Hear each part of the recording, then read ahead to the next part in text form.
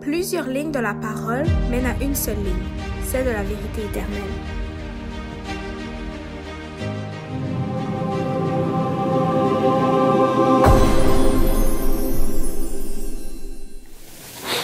Bonjour à tous et bienvenue dans notre émission Allons à l'école du sabbat. Nous allons pouvoir voir aujourd'hui Paul arrêté dans la ville de Jérusalem. Et je vous encouragerai à prendre avec nous le texte qui est relié à cette leçon, à savoir Acte 21 de 18 à 40. Ce passage, nous allons pouvoir le voir en détail et en fait vraiment prendre en détail le contexte que Paul et les anciens ont eu ensemble pour amener justement Paul à se faire arrêter par un geste un peu malhonnête de la part des anciens. Nous allons pouvoir voir dans cette leçon de plus l'arrestation de Paul et sa mise en garde dans la forteresse. Et la semaine prochaine, dans la leçon numéro 3, nous allons pouvoir voir justement où est-ce qu'on va arrêter dans cette leçon, à savoir le discours de Paul dans la forteresse ou le château selon la traduction de votre Bible. Donc, je vous encouragerai à pouvoir écouter avec nous, participer avec nous dans les commentaires dans cette émission. Et je vous souhaite donc bonne écoute et bonne étude.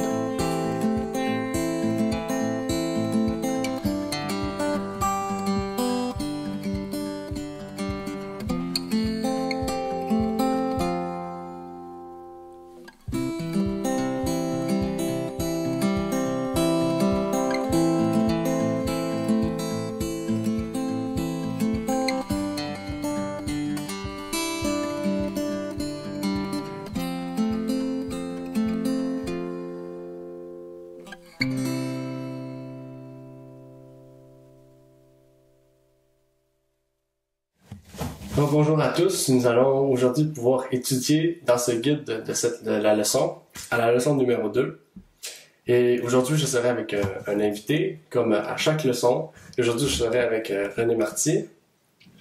Et on va pouvoir aussi procéder à l'invitation qu'on fait habituellement depuis quelques semaines, à savoir de laisser des commentaires dans la vidéo de YouTube si vous le désirez, pour que nous puissions y répondre si vous avez des interrogations ou des questions en rapport avec autre chose. Et aussi, si vous voulez nous contacter en privé, vous pouvez nous contacter sur ligne-sur-ligne@gmail.com. Et avant de commencer, j'aimerais te demander si tu veux faire une courte prière pour débuter la leçon. Bien sûr. Père des cieux, nous te remercions pour ce moment que tu nous permets d'avoir afin que nous puissions étudier ta parole, Père. Alors que nous aurons vraiment à ouvrir ce livre et à encerner vraiment l'histoire que les disciples ont passée, nous te demandons, Père, de nous donner de l'intelligence afin que nous puissions vraiment comprendre ce qui s'est passé entre les lignes. Et nous te demandons ton esprit vraiment pour que cela puisse se faire. Nous te demandons d'être avec nous. C'est au nom de ton Fils Jésus que nous t'adressons ces mots. Amen. Donc, on remarque qu'au début de la leçon, si vous avez fait votre étude, je vous inviterai à l'ouvrir avec nous à la leçon numéro 2. Et quand on commence la leçon, vous vous rappelez que dans la dernière leçon, nous avons vu que Paul était arrivé à Jérusalem.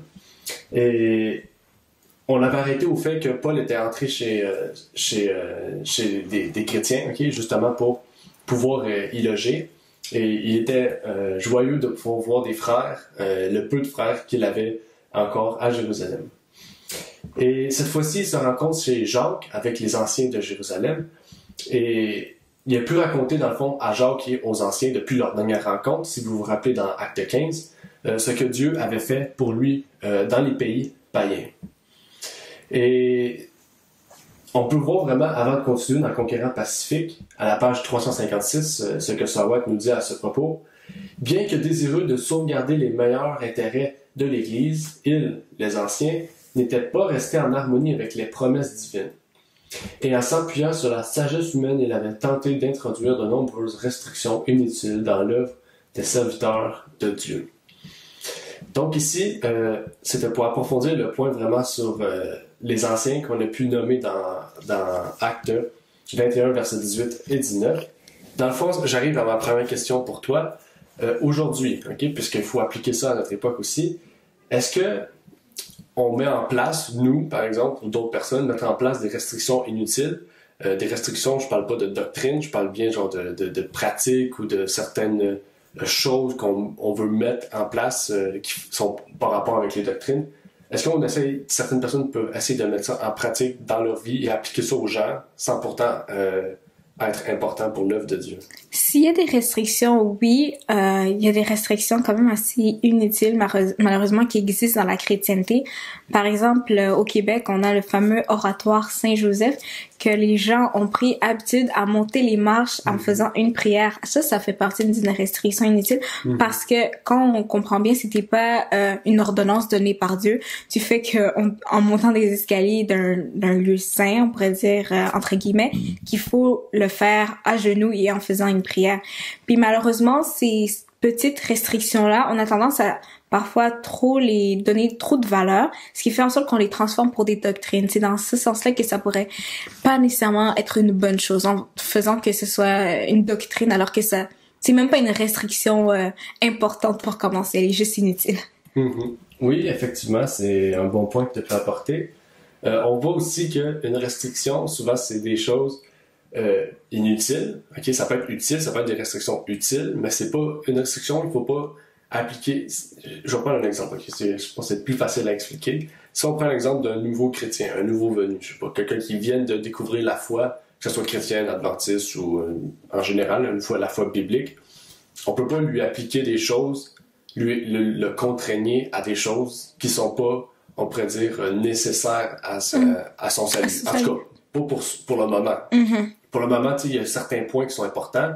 On voit que les 28 principes fondamentaux bibliques, c'est des points qui sont importants, mais ces points-là, il ne doit pas les appliquer par cœur ou les appliquer à la lettre ouais.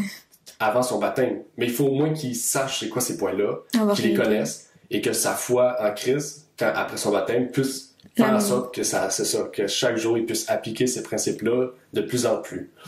Et justement, c'est un point que je trouve intéressant, surtout que, je vais prendre un autre exemple, l'Église adventiste souvent met en place, souvent pour ceux qui viennent à l'Église, la santé avant la foi. Et ça, je trouve que c'est quelque chose de très pas bon. Mm-hmm. C'est un bon principe. Okay? La santé, c'est important, on en parle. Mais quand un chrétien vient, on lui parle pas de Jésus, on lui dit arrête de manger de la viande, prends plus de bière, arrête de fumer. Alors qu'on s'entend, par exemple, une personne, ça a été dans son mode de vie depuis peut-être plus de 30 ans, 50 ans. C'est pas quelque chose qu'on sait qui s'arrête automatiquement. Donc ça, je comprendrais ce que tu veux dire. Oui.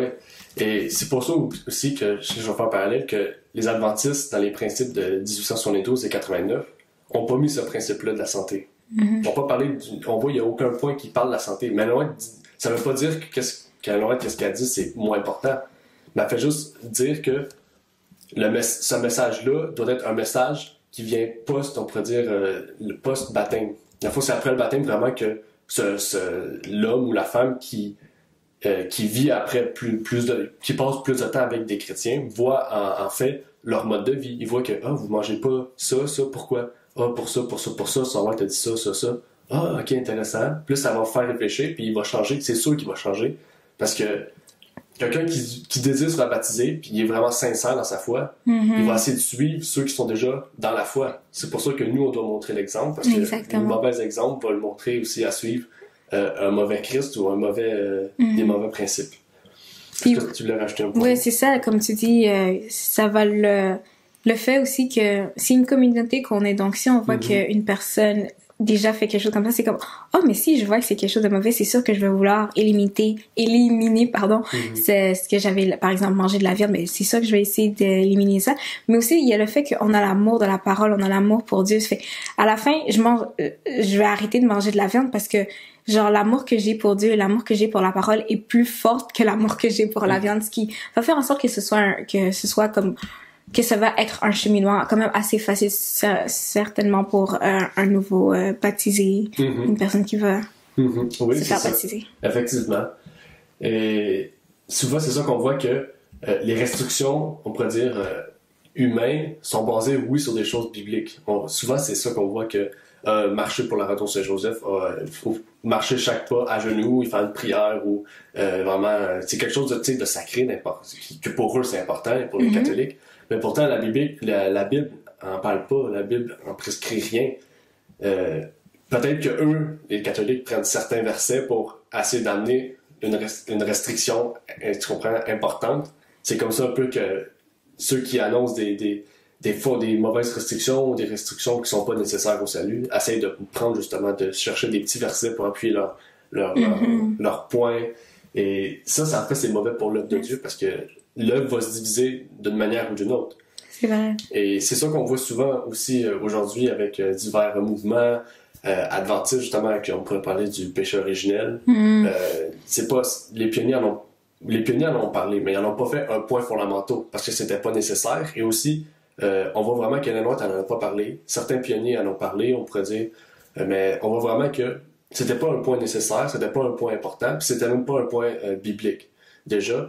Donc, on voit vraiment que le fait que certaines personnes croient ça, ben, ils vont mettre ça tellement important qu'on va être obligé de se séparer, de se diviser, parce que... Ça forme la division. C'est ça. C'est vraiment quelque chose d'important à voir. Ouais, ce que je pourrais rajouter aussi, c'est surtout ce que tu as souligné du fait qu'on a tendance à ouvrir la Bible, prendre quelques versets pour, en fait, en sorte, appuyer ce que l'on vient pour penser.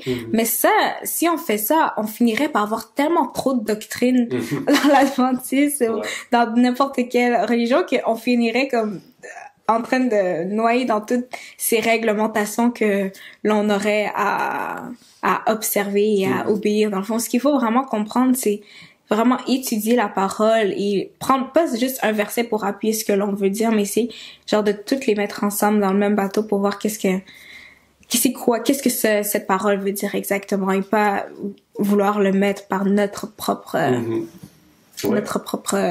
interprétation. Oui, effectivement, c'est un bon point. Et c'est ça un peu que les anciens ont voulu faire en montrant que justement il y avait un mauvais œil sur Paul. Je sais pas si on va en parler plus loin. Fait que j'aime mieux en parler tout de suite, comme ça on va régler ce point-là. Justement, les anciens avaient un mauvais œil sur Paul, justement à cause que lui, il prêchait le fait que vous devez plus suivre les lois cérémonielles. Il disait ça aux gentils, qu'ils ne devaient pas se conformer aux lois cérémonielles, parce que la religion chrétienne, c'est pas la religion juive, c'est vraiment la religion du Christ. Et Christ a dit que quand il allait mourir, les lois cérémonielles allaient être abolies.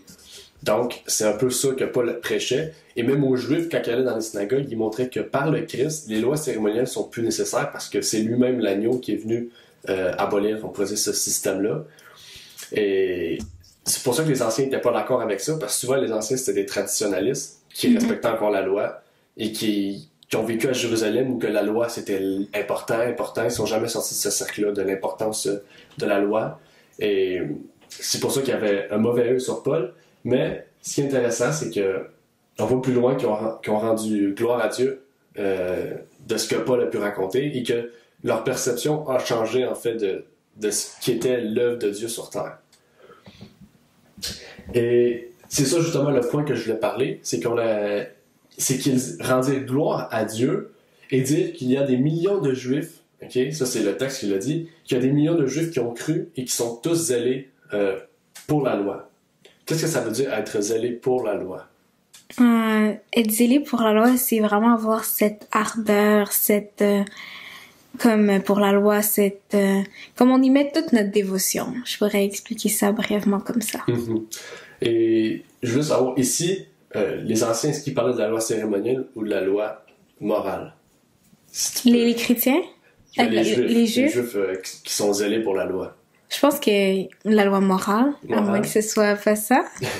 Bon, on voit vraiment que, je vais t'amener à comprendre le point, on voit vraiment que les anciens n'étaient pas d'accord avec Paul. Pourquoi ils n'étaient pas d'accord avec Paul?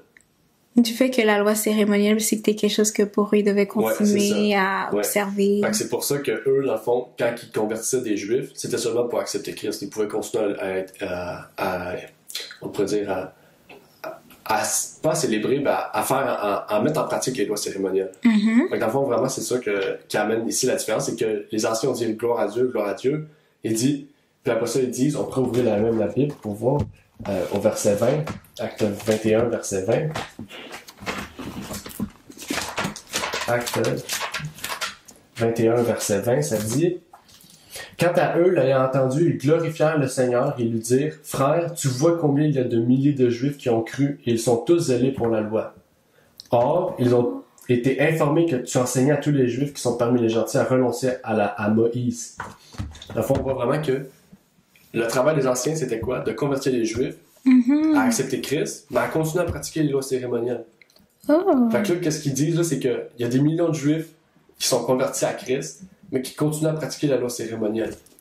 Donc, ils sont pas contents de ce que Paul fait, parce que eux, pour eux, c'est d'accepter Christ, il faut que tu pratiques les lois cérémonielles. C'est comme ça qui ont été enseignés, c'est comme ça qu'ils ont été, on pourrait dire, qui ont reçu leur éducation chrétienne. Mais pourtant, c'est pas ça qui est grave. C'est pour ça, justement, que Paul a autant d'ennemis. Il y a autant d'ennemis dans la foi juive, dans la foi des païens, mais aussi dans la foi des Juifs convertis au christianisme, parce que eux étaient vraiment certains que la loi cérémonielle, c'est encore important.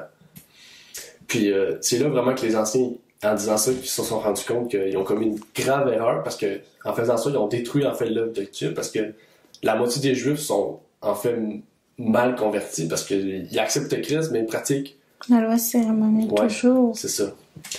Fait que c'est pour ça ici le point que c'était vraiment important de voir que ces Juifs-là étaient plus attachés à la loi qu'à la foi. Puis c'est vraiment grave parce que, en fait, si tu pratiques la loi cérémonielle, tu peux pas pratiquer la foi en Christ parce que... C'est vrai. Parce que maintenant, tu vas finir par croire que c'est toutes ces œuvres-là dans la loi cérémonielle qui est ton salut. Ouais. C'est un peu ça, parce que la loi cérémonielle représente, en fait, le Christ, c'est le sanctuaire.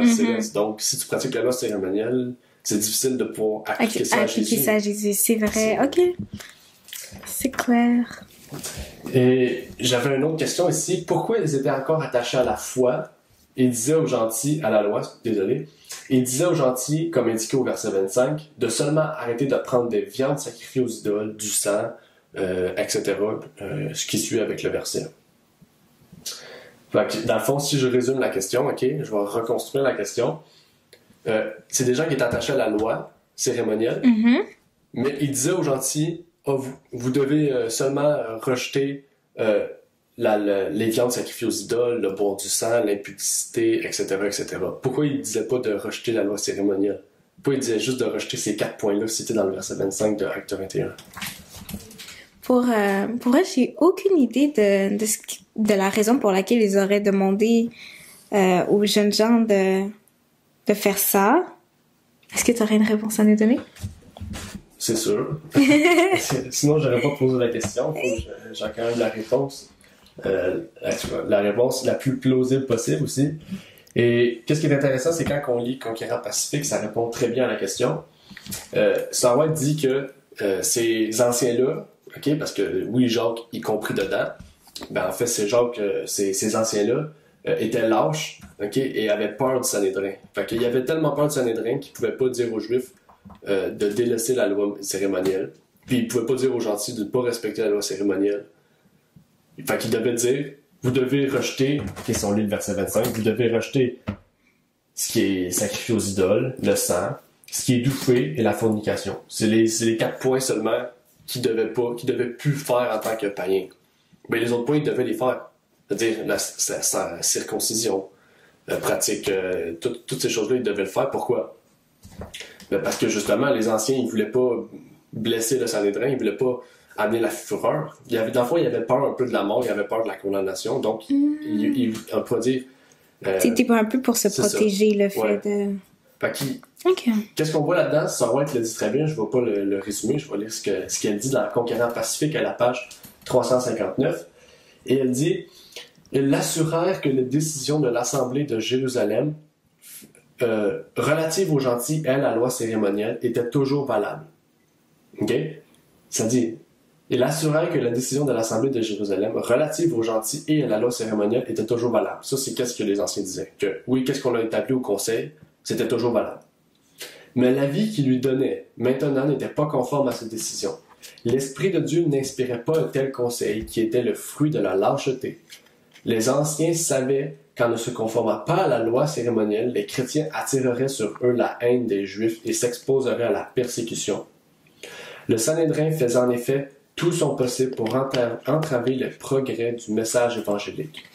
Des hommes furent désignés pour suivre les apôtres, Paul en particulier, et pour s'opposer à leur œuvre de toutes les manières, si les disciples du Christ étaient condamnés par ce tribunal comme violateurs de la loi, ils subiraient alors une punition rapide et exemplaire pour avoir abandonné la foi juive. Donc c'est vraiment parce qu'ils étaient lâches, puis que, en plus, qu'est-ce qu'ils ont établi au conseil, ils l'ont pas respecté. Donc en plus, Paul s'en va pensant que maintenant ils vont appliquer ce qu'on avait établi au conseil, tout était beau. Finalement non, ils n'ont rien établi. Et c'est pas pour rien que justement Paul reprend Pierre dans un de ses épîtres, parce que justement Pierre faisait la même chose, il allait avec les gentils, puis quand il y avait des Juifs qui rentraient, il s'enfuyait vers on voit que ça détruisait l'œuvre de Dieu en fait. C'est grave. Et c'est pour ça qu'il faut l'appliquer à notre époque. Au début, on a fait cette application-là, c'est que si on met des restrictions, justement comme ça, qui sont fausses, ou des restrictions qui sont pas en accord avec la Bible, ou qui sont en accord partiellement avec la Bible, mais qui sont plus nécessaires aujourd'hui, on voit vraiment que ça détruit l'œuvre, en fait, puis que c'est comme qui est arrivé avec les anciens. Ben, essayer de reconstruire quelque chose qui était mal fait, c'est difficile. Je pense pas après ça que beaucoup de Juifs sont restés, parce que justement, les anciens leur disent faites ça, ça, ça. Finalement, c'est pas ça, ça, ça, on a mal fait notre travail. Mais ces gens-là vont pas avoir confiance aux anciens, ni à Jacques. Fait que c'est. Puis ça aurait été pire si Paul aurait été vers ces personnes-là, puis il a dit qu'est-ce que vous faites? Vous êtes chrétiens, vous faites encore ces choses-là. Pourquoi? Ben, Jacques nous a dit que c'est correct. Ben, la Bible dit que c'est pas correct. Tu comprends? En plus, ça aurait divisé l'œuvre en deux. Ça aurait pu diviser l'œuvre en deux. Et c'est des choses, en fait, qu'on voit aujourd'hui. C'est des choses qu'on voit qui vont se répéter toujours, puisque aussitôt que la sagesse humaine met un point en avant qui est pas en accord avec la Bible, puis que on peut, pas on blaste, mais on pourrait dire ça, en québécois, on blaste, ou on crache sur l'œuvre des autres gens, okay? Parce que les anciens crachaient sur l'œuvre de Paul, disant que qu'est-ce que Paul faisait, c'était pas correct. Ça détruit l'œuvre de la personne, plus la tienne. D'accord. Dans ça, vraiment, on voit le danger de... Ça amène genre la séparation, la division sur certains points dans lesquels on n'est pas en accord. C'est vrai. Je comprends mieux maintenant. Ouais. Puis le pire là-dedans, c'est que peut-être ces gens-là respectent les mêmes principes que vous ou que nous, mais à cause d'un point, d'un point que cette personne-là a décidé d'en faire une restriction, d'en faire un non, moi je suis pas d'accord, je suis ce monsieur-là est pas d'accord, puis pourtant tout le monde est pareil ensemble. Ça amène une destruction inutilement. Dans le fond, c'est quelque chose qui peut être... un conflit qui aurait pu être évité dès le début. Oui. Et dans le fond, qu'est-ce qu'on voit plus loin, ok? Si on reprend notre cahier, on voit vraiment que ces Juifs, ok, ils se rendent compte Paul, ils voudraient le tuer. Justement, pas les anciens, mais on voit vraiment que les Juifs, par la suite, plus tard, si Paul s'en va dans la ville, ils vont vouloir le tuer facilement, très facilement. Donc, les anciens, avec une solution miracle, à ce qu'on peut lire dans le texte, on dit il faut que tu procèdes à une tradition juive, encore. Tu procèdes à une tradition juive pour montrer que tu respectes la loi, puis que tu es en accord avec la loi, puis que la loi est importante. Pour montrer justement aux Juifs chrétiens que la loi est importante, pour montrer aux Juifs traditionnalistes, réglementaires, normales, que la loi est importante, pour montrer dans le fond que oui, t'es un chrétien, mais que t'es encore avec le... T'as un pied dedans, un pied dehors. Ouais, donc, je voulais savoir aussi le fait de payer justement ce vœu de Nazaréen aux 4 hommes, est-ce que c'était bien ou c'était pas bien? C'est encore un peu difficile à répondre, parce que pour moi, personnellement, je trouve pas ça vraiment bien, mais pour une autre personne, ça peut paraître comme quelque chose de bon, ben c'était pas si grave. Parce qu'après tout, ils sont allés faire ce vœu, mais le but c'était quoi? Il a participé dans ça aussi pour faire paraître que c'était une personne qui comme, tu sais, c'était pour faire paraître de ce qu'on peut voir, je pense que c'était au verset, dans le verset 23, et ainsi tous sauront que ce qu'ils ont entendu dire sur ton compte est faux. Tu vois, dans le fond, ici, il y a une sorte de petit mobile. Est-ce que finalement, c'est quelque chose qui est fait... Fait que c'est juste dans ça que c'est comme... Ouais, c'est vrai. C'est un bon point. Moi aussi, je suis d'accord avec ça. Si ça a été, là, c'est une position personnelle, ok? C'est plus des positions personnelles. Oui, c'est vrai. Mais on voit vraiment que Paul le fait parce que justement, ça contredisait pas la parole, parce qu'il l'avait fait bien avant, ok, le vœu de Nazaréen. Donc, c'était pour lui quelque chose d'important. Et c'est pas un point, je veux dire, qui contredit en fait, le Nouveau Testament, le christianisme, on pourrait appeler, puisqu'à l'époque, le Nouveau Testament n'était pas écrit. Mais personnellement, chercher à plaire, si ce serait ma part, chercher à plaire à un groupe de personnes qui m'auraient tué d'une manière ou d'une autre, j'aurais pas fait ce geste-là pour essayer de chercher justement l'appui des Juifs. Peut-être le Paul le fait justement pour dire ok, les anciens ont fait mal leur travail, donc je vais me soustraire à ça, même si ça c'est pas nécessaire, même si c'est pas vraiment quelque chose qui contraignait à moi non plus. Mais malgré qu'il a fait ça, il s'est fait persécuter après. Puis c'est un point vraiment important. Malgré ça, qu'il s'est fait persécuter parce que justement, les anciens lui ont dit fais ça pour pas qu'il se fasse persécuter. Puis finalement, il rentre puis il se fait persécuter. Ouais. Donc leur plan miracle n'a pas du tout fonctionné. C'est pour ça qu'à la fin, ça fait comme non.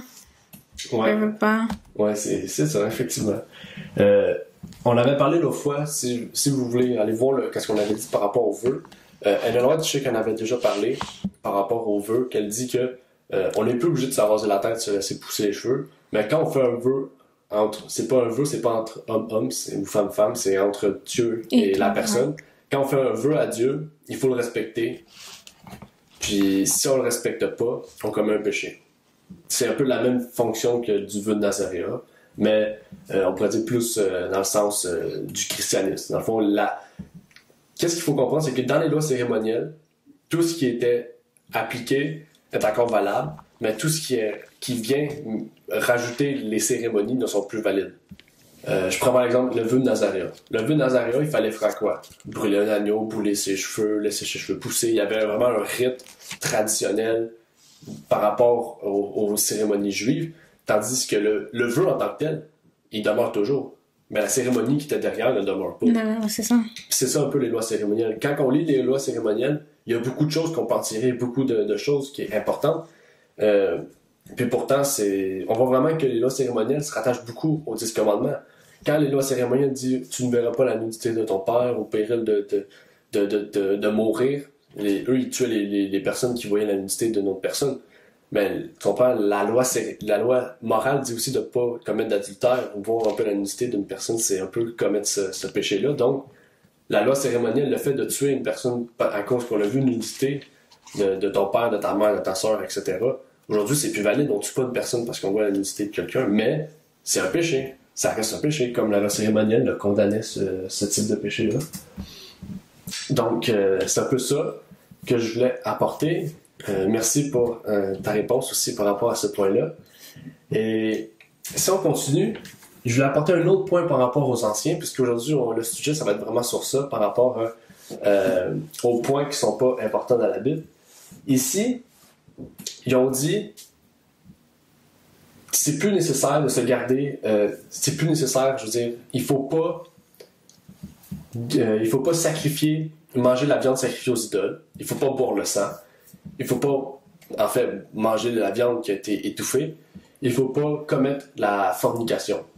Pourquoi les anciens ont parlé seulement de ces 4 points-là, puis ils n'ont pas parlé de la loi cérémonielle?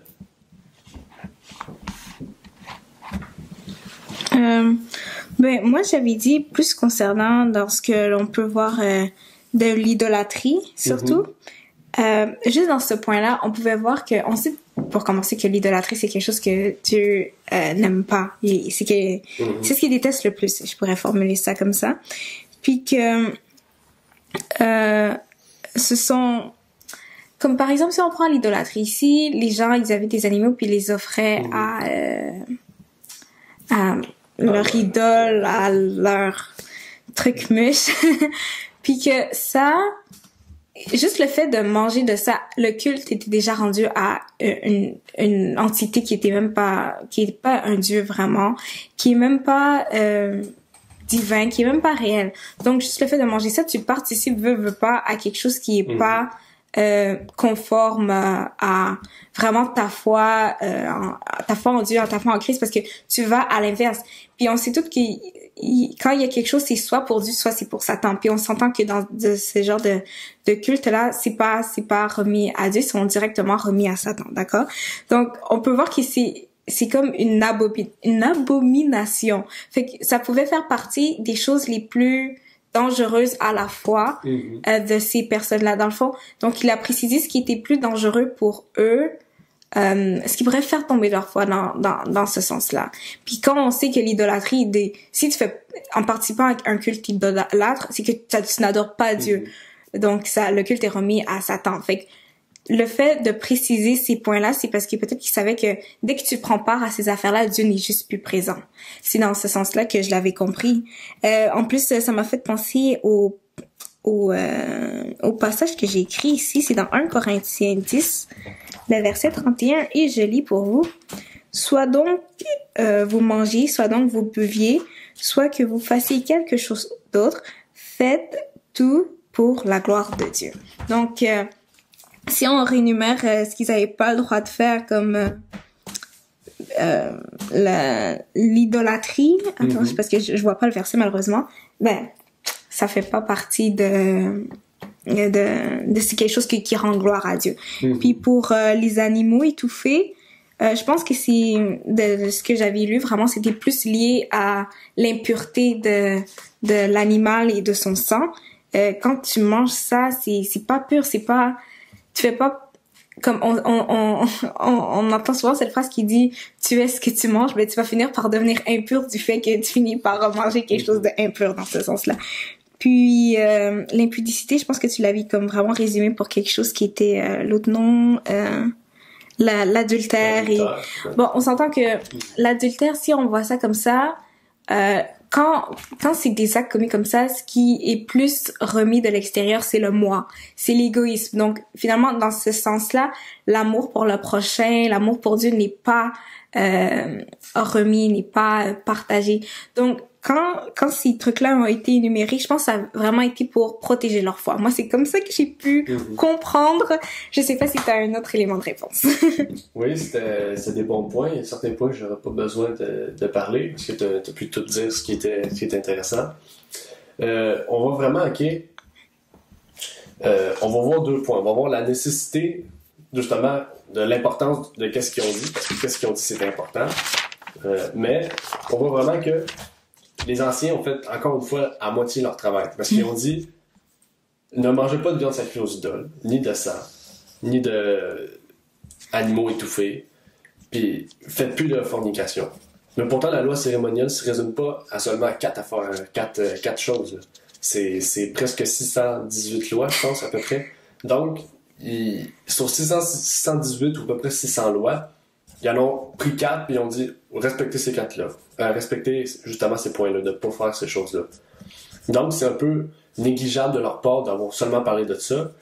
Dans le fond, que les païens devaient peut-être se faire circoncire, appliquer ces lois-là, d'autres choses. Ça, on en a déjà parlé auparavant, des païens qui deviennent juifs. J'ai oublié le terme justement pour appliquer à ça, parce qu'il y a un terme qu'on avait déjà parlé auparavant.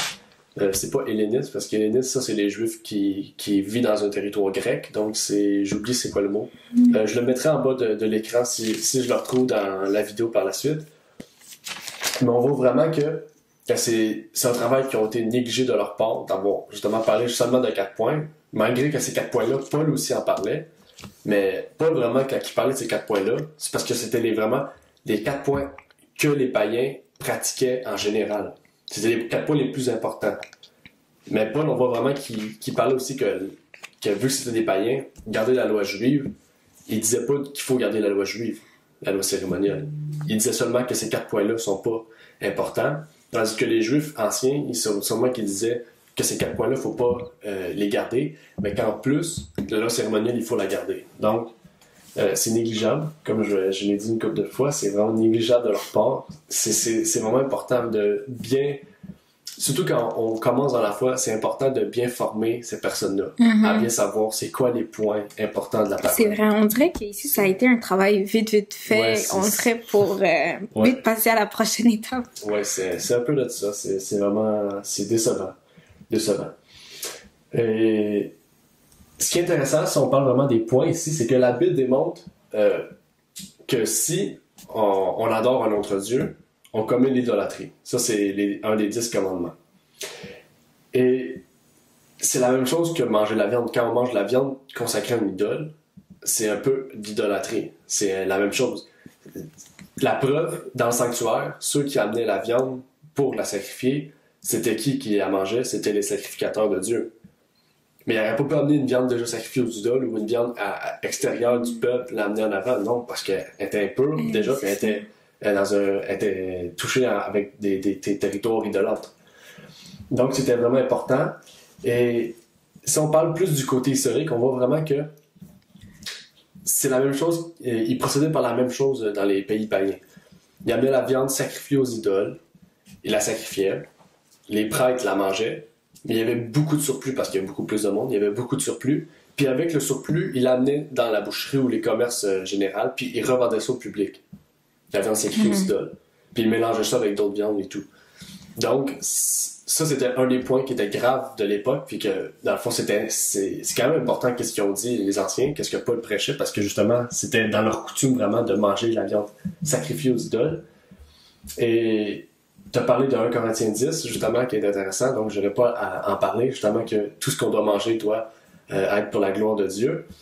Et aussi, on voit vraiment que le meilleur exemple pour ça, c'est Daniel, justement, qui a décidé de quelqu'un qui mangeait de la viande à quelqu'un qui est devenu végétalien pour le moment, justement, où il devait être à la cour du roi. Parce qu'il ne pouvait pas manger ce qui était là. Il y avait du vin, avec alcool, parce que le vin, à l'époque des Juifs, c'était pas du vin alcoolisé. Par rapport à la consommation de sang qui était interdite, c'est pas par rapport à la loi cérémonielle, c'est bien avant la loi cérémonielle que Dieu a dit qu'il faut pas prendre ça. Après l'Arche de l'Alliance, quand Dieu a permis à Noé de manger de la viande, il avait dit « buvez pas le sang ». Donc, c'est bien avant la loi cérémonielle. On peut retrouver ce texte-là dans Genèse 9, de 3 à 6, et pour les lois cérémonielles, dans Lévitique 7, 25 à 27. Pour l'étouffement d'animaux, ça revient à la consommation de sang, en fait, parce que quand on étouffe un animal, le sang reste dans l'animal, et donc les organes se mélangent avec le sang pour former, dans le fond, la nourriture, la viande que vous mangez après. Donc, la viande contient le sang. Dans le fond, c'est pas vous mangez pas, dans le fond, le sang directement ou mangez le sang, comme les saucisses de sang. C'est pas vraiment ça, mais quand vous sortez de la viande, elle est de sang. C'est pour ça que souvent on dit viande saignante, mi-saignante, peu saignante. C'est parce que le sang est resté dans la viande. Et ça, il faut pas justement en prendre. De plus, la fornication, c'était quelque chose de très pratiqué chez les païens, surtout chez les Romains et les Grecs, parce que justement, c'était leur méthode de plaisir, on pourrait dire, de commettre ces atrocités-là, on pourrait dire, entre guillemets. Mais on voit vraiment que chez les Romains, c'était vraiment fort, surtout chez les rois, mais vraiment, même dans le peuple, c'était quelque chose de fort, parce que si les dirigeants font ça, le peuple va en quelque sorte essayer de reproduire ça dans la pauvreté. Et c'était vraiment une coutume générale chez les Grecs et les Romains. Et chez les Juifs, c'était un péché. Et ça, pour nous aussi, ça devrait être un péché, puisque on en parle dans les 10 commandements. Et ça détruit justement la première ordonnance de Dieu, à savoir le mariage.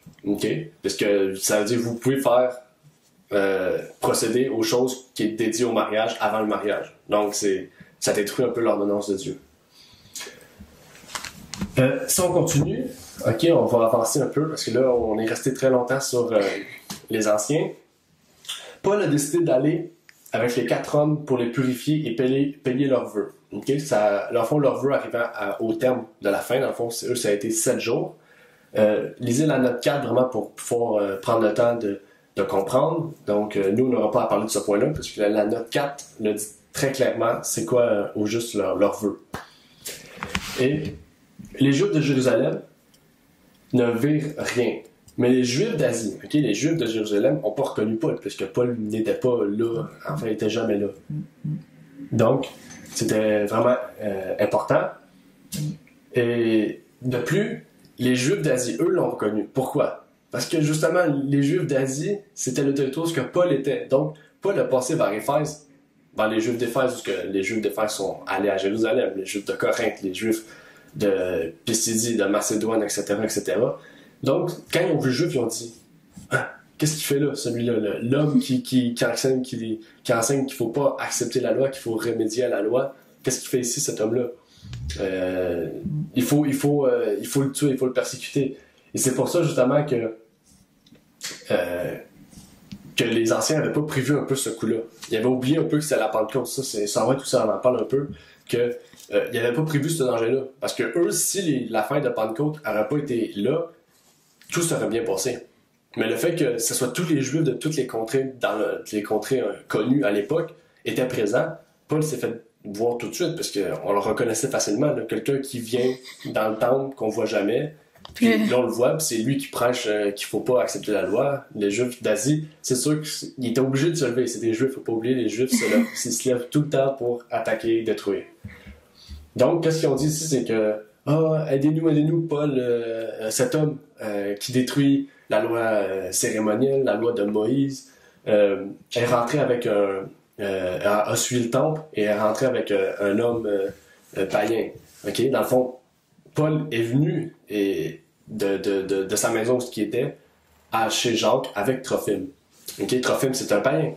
Mais il n'est jamais rentré dans le temple avec Trophime, parce que Trophime, c'était pas un juif, c'était pas quelqu'un qui avait accepté les lois cérémonielles, donc c'était encore un païen juif qui s'est converti, en fait. Et à cause de ça, à cause des Juifs d'Asie, toute la ville, c'est remué, toute la ville a dit l'homme qui détruit le temple, l'homme qui répudie le temple est ici, la loi. Donc ils ont pris Paul, ils l'ont emmené dehors, parce qu'ils peuvent pas battre Paul dans le temple, il faut qu'ils le battent dehors. Donc ils ont emmené Paul dehors, ils ont fermé les portes, puis ils ont voulu tuer Paul, ils ont commencé à le battre, à le tabasser. Et puis c'est là qu'on voit vraiment que les soldats romains ont intervenu avec l'homme ici. J'ai oublié son niveau, son grade. C'est un tribun, exactement. Le tribun est arrivé, il a dit on va séparer ces gens-là, pourquoi ils battent cet homme-là? On va essayer de comprendre c'est quoi la situation.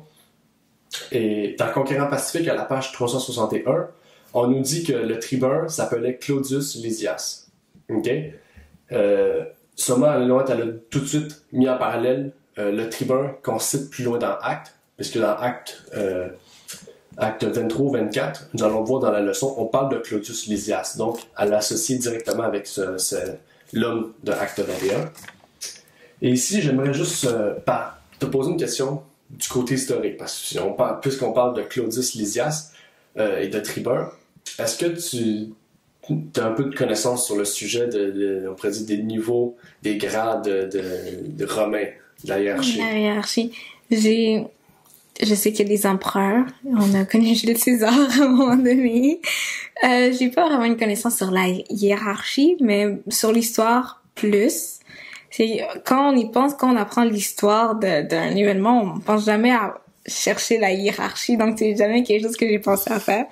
Mais pour ce qui est de Jules César, Marc-Antoine, Brutus, Gaius, moi je peux te les nommer, mais pas de la hiérarchie. OK. Dans le fond, ici, c'est plus une question historique, c'est pas nécessaire à la compréhension de Actes. Puis, vu qu'on parle de tribun, j'ai trouvé ça important qu'on puisse voir c'est quoi un tribun, c'est qu'est-ce qu'il dirigeait, combien d'hommes est venu à la rescousse de Paul, ok, puisque c'est un peu ça qu'ils sont venus faire. On voit vraiment que au plus bas de la hiérarchie, il y a les légionnaires. Les légionnaires, ok, c'est des soldats sans grade un peu. Et dans les légionnaires, il y a deux classes. Il y a la classe 1, classe 2. Classe 2 étant la plus basse, eux, c'est juste les concierges. Okay? Ils viennent, ils lavent, ils font le ménage des outils, ils lavent le linge, etc., etc. Il y a ceux de classe 1, qui sont les soldats sans corvée. Dans le fond, c'est la même chose qu'un légionnaire, mais il n'y a pas à faire de concierge. Dans le fond, lui, c'est juste un soldat normal qui va se battre, qui revient. Tandis que les soldats de classe 2 vont se battre, reviennent, ils doivent faire le ménage. Donc, c'est un peu ça. C'est un peu des femmes de ménage, les légionnaires de classe 2. Après ça, il y a les sous-officiers, qui se situent aussi en deux classes. Il y a les décurions et les optionnes. Les décurions, ça le dit dans le mot, décurion 10, eux, ils se chargent d'une décurie. Une décurie, c'est 10 hommes. Donc, un décurion, c'est un sous-officier qui dirige 10 légionnaires, dans le fond. Et l'option, lui, c'est le messager ou le bras droit des centurions. Okay? Les centurions, c'est le grade en haut des sous-officiers. Dans le fond, c'est les officiers. Et les options, eux, ils étaient les messagers vers les décurions pour aller dire « Ah, le centurion t'a dit de faire ça, toi, t'as dit ça, dans le fond. » Et pour les officiers, c'est là qu'on arrive au point intéressant. Il y a les centurions et les tribuns. OK? Les centurions, ils commandaient une centurie. Centurie, 100. Ils dirigeaient à peu près 100 hommes. Donc, ça commence à être beaucoup, là. OK? Un centurion, c'est 100 hommes. Donc, dans les centurions, il y a des décurions et des options et il y a des légionnaires. C'est vraiment, quand on y pense, la hiérarchie romaine était bien construite. Et c'est pas pour rien aussi que on voit vraiment que c'est vraiment très bien construit. Okay? Ça, c'est seulement une petite étude où on a pu voir vraiment les différents types de généraux, etc. Mais vraiment, si vous prenez le temps d'étudier l'histoire de Rome, c'est une histoire vraiment intéressante. Et en plus, ça vous apportera une connaissance pour le livre d'Apocalypse, où qu'on en parle en fait globalement dans ce livre-là. Et on arrive au tribun. Le tribun, il dirige 10 centurions. C'est-à-dire qu'il dirige 600 hommes. Donc, ça veut dire que, je ne sais pas s'il a pris tous ces hommes, mais le tribun, Claudius Lysias, dirigeait 600 hommes. C'est-à-dire qu'il y a 600 hommes, à peu près, qui est arrivé vers Paul, séparer la ville, parce que ça veut dire qu'il y a beaucoup de monde, c'est-à-dire la ville, pour emmener Paul. Donc, on voit vraiment la quantité de personnes qui s'est retroupée à l'entour de Paul, c'est la ville. Quand on dit la ville, c'est vraiment la ville. 600 hommes. Donc, c'est la ville plus 600 hommes sont arrivés à l'entour de Paul pour l'aider. On pourrait continuer où on parle des généraux. Généraux, c'est les préteurs et les consuls, les questreurs aussi. Eux, dans le fond, c'est vraiment eux on pourrait dire ça, c'est vraiment les magistrats de la ville. Ceux qui étaient à l'entrée, quand on voit vraiment dans les films les grosses tours ici où il y a un homme au milieu qui parle, c'est un peu les juges de la ville. Et c'est vraiment là aussi que Jules César s'est fait tuer, assassiné justement, parce qu'il était un magistrat. Avant d'être un empereur, tu es un magistrat. Et c'est là justement Marc-Antoine a levé un complot contre César pour amener une personne dans la foule à le tuer. C'était justement dans une salle où il y avait des préteurs, des consuls et des questeurs. Des questeurs, désolé. Donc, c'est un peu ça que on pourrait dire la hiérarchie romaine, okay, à l'époque, puisqu'au cours des époques, elle a changé aussi. Certains grades ont changé, certains grades ont été rajoutés, enlevés, supprimés, etc. J'aimerais ici continuer par rapport à la leçon. On voit que par la suite, les 600 hommes sont arrivés, okay?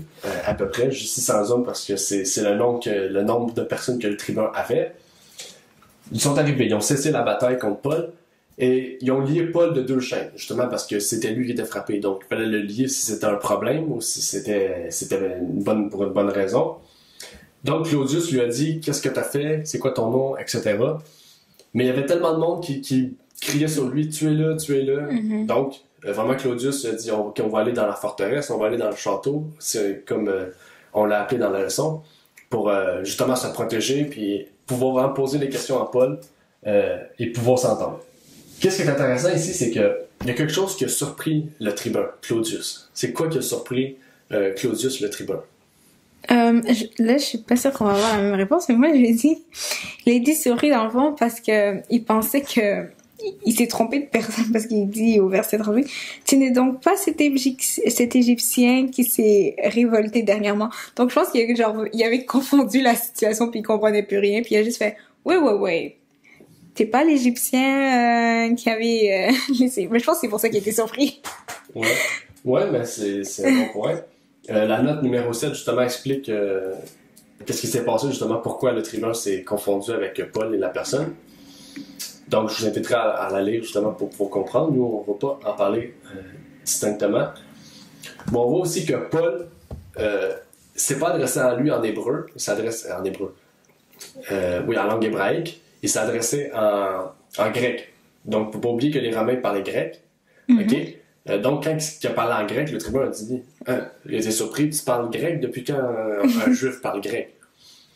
Donc, ce qui est intéressant aussi, c'est que des fois, le ministre de l'Évangile doit prendre la nécessité d'apprendre une autre langue. Okay, ça, je vais m'expliquer ici. Parce que justement, Paul, s'il n'aurait pas appris le grec, il aurait pu juste seulement aller vers les Juifs hellénistes. Il n'aurait pas pu aller vers les païens.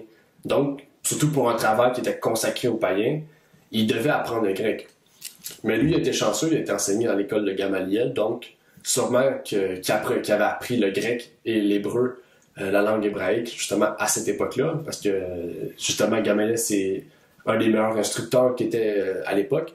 Et aussi, aussi Paul, étant juif, devait aussi aller travailler dans les contrées d'Asie. Donc, il devait apprendre le grec pour parler. Donc, Dieu avait vraiment tout planifié. Il n'avait pas pris un juif de Jérusalem, il avait pris un juif vraiment qui se promenait, qui dirigeait un peu l'armée juive pour vraiment aller partout combattre le christianisme. Donc, il devait apprendre et parler le grec.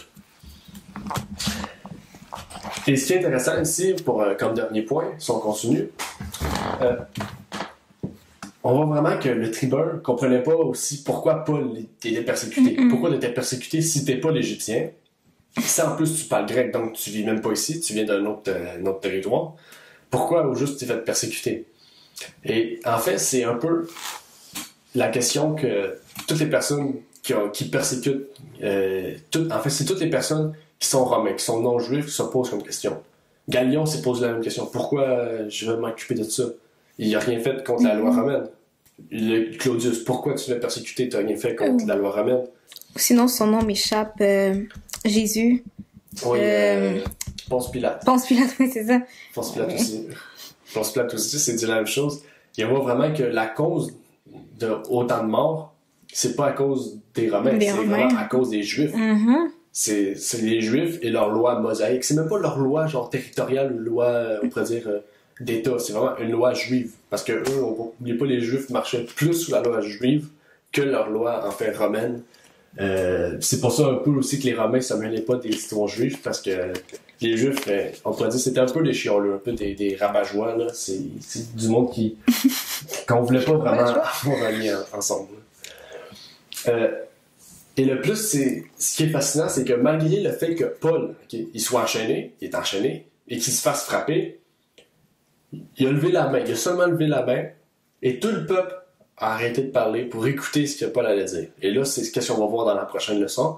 Mais je voulais amener ce point-là que quand Paul a levé la main, Paul avait encore une autorité, puis quand il a levé la main, le peuple a vu que Paul était sérieux, il y avait quelque chose d'important à dire. Donc le peuple a dit on va arrêter de parler, c'est vraiment sérieux. Là. Paul va dire quelque chose, même s'il ne connaissait pas son nom. Cet homme va dire quelque chose d'important, il faut l'écouter.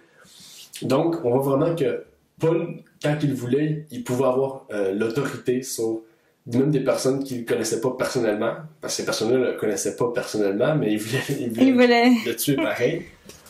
Donc, justement, c'est ça qui était intéressant pour finir la leçon. Et qu'est-ce qu'on aura à voir là, dans la prochaine leçon, c'est justement qu'est-ce que Paul a dit.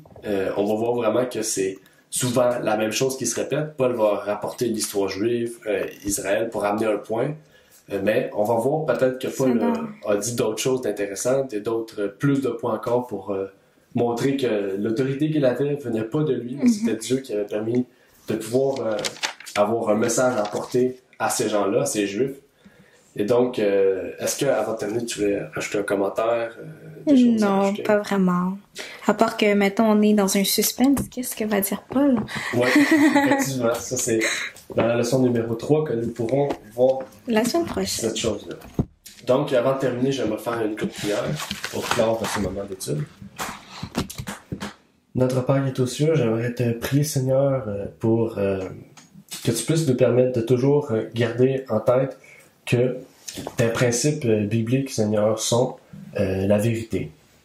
Et c'est sur quoi, Seigneur, que tu t'es basé justement pour établir ton Église. Donc, permets-nous que nous ne puissions pas mettre en place d'autres points, Seigneur, des restrictions qui ne sont pas nécessaires au salut, des restrictions qui ne sont pas nécessaires aux nouveaux venus, Seigneur. Mais ces restrictions, même s'ils sont peut-être bibliques, Seigneur, la Bible en parle, mais qui sont pas référés, Seigneur, dans les principes, peuvent, Seigneur, détruire justement et affaiblir des nouveaux venus, Seigneur, dans l'Église. Donc, permet que justement, que ce soit notre travail en tant qu'exemple, en tant que chrétien, de pouvoir le montrer par notre dévouement pour l'œuvre, notre côté pratique de l'œuvre, Seigneur, et que ces gens puissent se rendre compte que justement, que c'est important. Que tu puisses permettre aussi que la sagesse humaine puisse être détruite d'entre nous, Seigneur, pour que justement nous puissions laisser place à ton esprit en nous, pour que tu puisses nous guider justement par ton esprit sur les décisions qui doivent être prises au sein de ton Église, Seigneur, pour que nous puissions toujours être guidés par ton esprit et non par la sagesse humaine. J'aimerais te prier pour chacun de nous ici présents et ceux qui nous écoutent, Seigneur, au nom de ton Fils Jésus-Christ. Amen. Amen. Merci d'avoir écouté cette vidéo. Pour plus de contenu, abonnez-vous sur notre site internet. Il est également possible pour vous de nous suivre sur notre page Facebook et de nous contacter par email.